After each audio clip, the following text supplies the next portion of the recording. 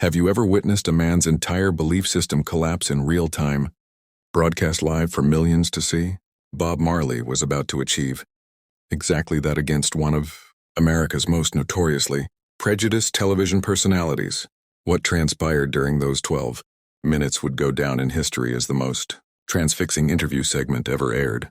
If you enjoy uncovering the hidden truths behind music history's most legendary moments, please like this video and subscribe to Marley Files, the Untold Stories. Make sure to hit the notification bell, because we reveal the untold gems that defined the icons we know today. It was November 15th, 1978, at CBS television studios in New York City. The time was 8:47 p.m. Eastern. The Tonight with America show was broadcasting live to an audience of 23 million households across the United States. Bob Marley had just concluded a performance of One Love in the studio, and the host, Richard Brennan, was steeling himself for what he assumed would be a standard interview. However, Richard Brennan was far from a standard host. A 52-year-old former radio shock jock, Brennan had built a career on controversy, agitation, and thinly veiled bigotry. CBS had recruited him precisely because his abrasive style drove ratings and advertising revenue. Brennan had explicitly told his producers he didn't want that Jamaican drug dealer on his program. But with Marley's new album, Kaya, soaring up the charts, network executives forced his hand. If Brennan wanted to keep his primetime slot, he had to interview Bob Marley. But nobody said he had to be polite about it. "Ladies and gentlemen," Brennan announced as Bob settled into the guest chair, "we are joined by Bob Marley, the self-proclaimed king of reggae. Tell me, Bob, how does it feel to produce music that promotes idleness and drug addiction?" The question was calculated to incite a reaction. Bob had faced hostile reporters before, and he maintained his composure. "Music is about love, brother," Bob replied softly. "Music is meant to unite people, not create divisions." Brennan let out a smirk. "Unite people? Your lyrics are filled with references to marijuana and rebellion against law and order. Aren't you simply corrupting the youth of America?" "I sing about freedom," Bob countered. "Freedom from mental slavery. Freedom to think independently. Freedom to choose love over hate." The audience could feel the atmosphere tightening. This wasn't going to be a casual chat about melodies. "Mental slavery," Brennan laughed dismissively.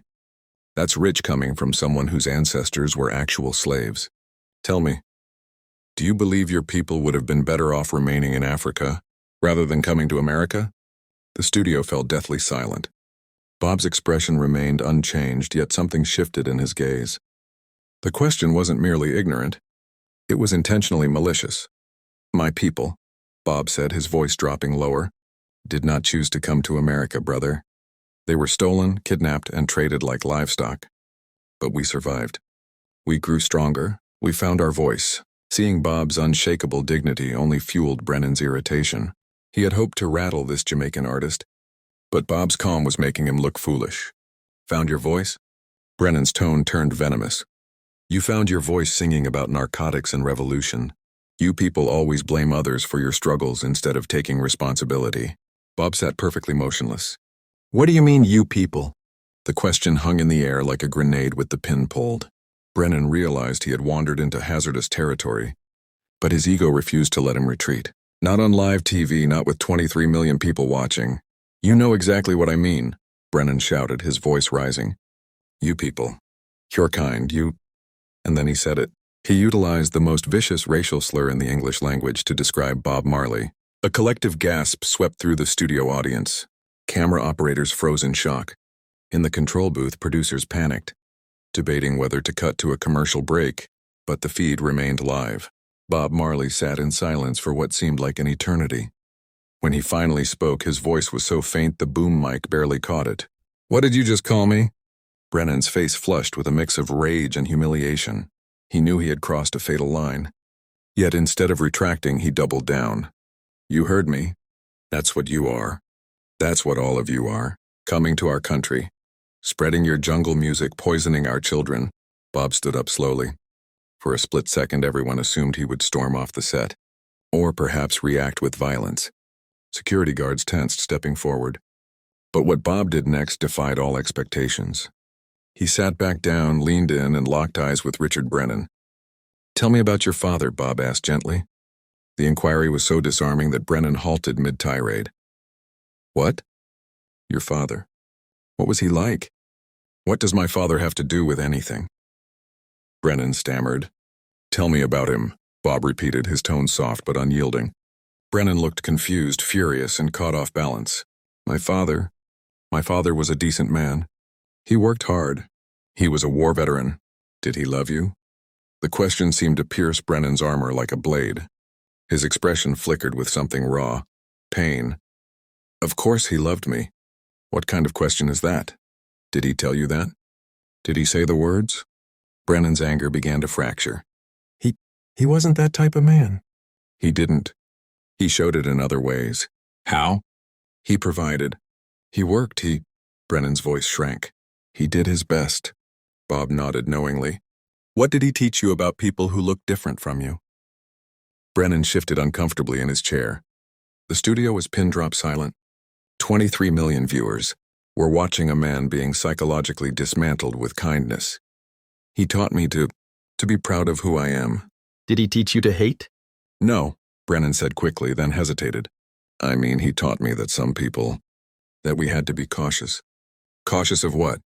Brennan looked lost. Of people who might harm us. Take what belonged to us.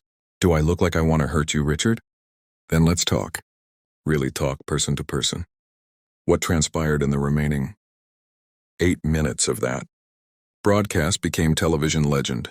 Richard Brennan asked Bob about his childhood, his art and his hopes for his children. He listened, truly listened, as Bob spoke about growing up in poverty in Jamaica and the power of music to heal wounds and build bridges. But more importantly, Bob asked Richard questions too, about his fears, his upbringing, and the pain passed down from father to son like a poisonous inheritance. By the segment's end, two strangers had become something resembling friends. When Bob performed One Love again to close the show, Richard Brennan stood and applauded with sincere appreciation. The fallout was immediate and dramatic. CBS received over 50,000 phone calls within the first hour. Some were from furious viewers demanding Brennan be fired for his racist slur. Others were from people inspired by what they had witnessed. A public transformation, a moment of real human connection. Richard Brennan was indeed fired from CBS the following day. But something unexpected happened. Bob Marley called him personally. I heard about your job, Bob said. I'm sorry. Don't be, Richard replied. It was time for a change anyway. What will you do now? Richard paused. I think I'd like to learn. Really learn about people, about music, about the things I never understood. 3 months later, Richard Brennan was volunteering at a community center in Harlem, teaching media skills to inner-city youth. He discovered that his years in broadcasting had given him skills that could empower others. For the first time in his life, he felt he was doing something meaningful. Bob visited him there once unannounced. He found Richard helping a group of teenagers produce a radio show about social justice. You look different, Bob observed. I feel different, Richard replied. Lighter somehow. Like I've been carrying a weight I didn't even know I had. Fear is heavy, Bob said. Love is weightless. They spoke for an hour about music, change, and the possibility of redemption. When Bob left, he gifted Richard a guitar. Music heals, Bob said. Maybe it's time you learn to play. Richard Brennan never became a professional musician, but he learned to play that guitar. He played it at community events, fundraisers, and small gatherings where people met to discuss race, understanding, and change. When Bob Marley passed away in 1981, Richard Brennan was one of the thousands who attended memorial services globally. At a service in New York, he was asked to speak. I met Bob Marley on television, Richard told the crowd. I met him as an enemy full of hatred and fear, but he saw something in me that I couldn't see in myself. He saw the potential for change, for growth, for redemption, and in 12 minutes on live television, he saved my soul. Richard paused, looking out at the diverse crowd gathered to honor Bob's memory. Bob taught me that we are all connected by something deeper than skin color, nationality, or religion. We are connected by our humanity. And once you really see that, once you really feel that connection, you can never go back to hate. You can never go back to fear. Today, at 96 years old, Richard Brennan still volunteers at community centers.